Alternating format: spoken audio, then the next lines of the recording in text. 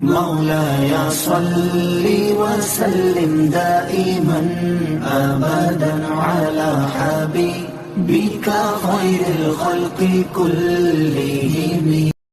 یہ جملہ بولنا کیسا ہے کہ خدا کے یہاں دیر ہے اندھیر نہیں؟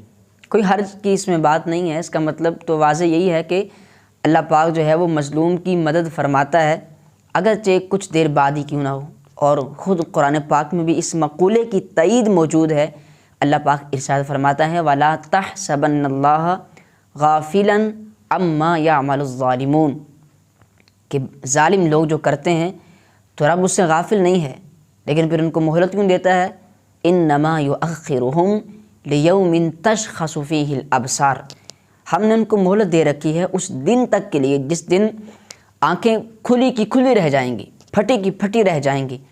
تو قرآن پاک کی اس آیت کریمہ میں اس مقولے کی تائید موجود ہے، تو نہ اس میں اللہ پاک کی گستاخی ہے، نہ کوئی بے ادبی ہے، اور نہ یہ کوئی شرعی اصطلاحات سے، تعلیمات سے، قوانین سے اب متصادم ہے، تو اس کے کہنے میں کوئی حرج نہیں ہے، کہہ سکتے ہیں۔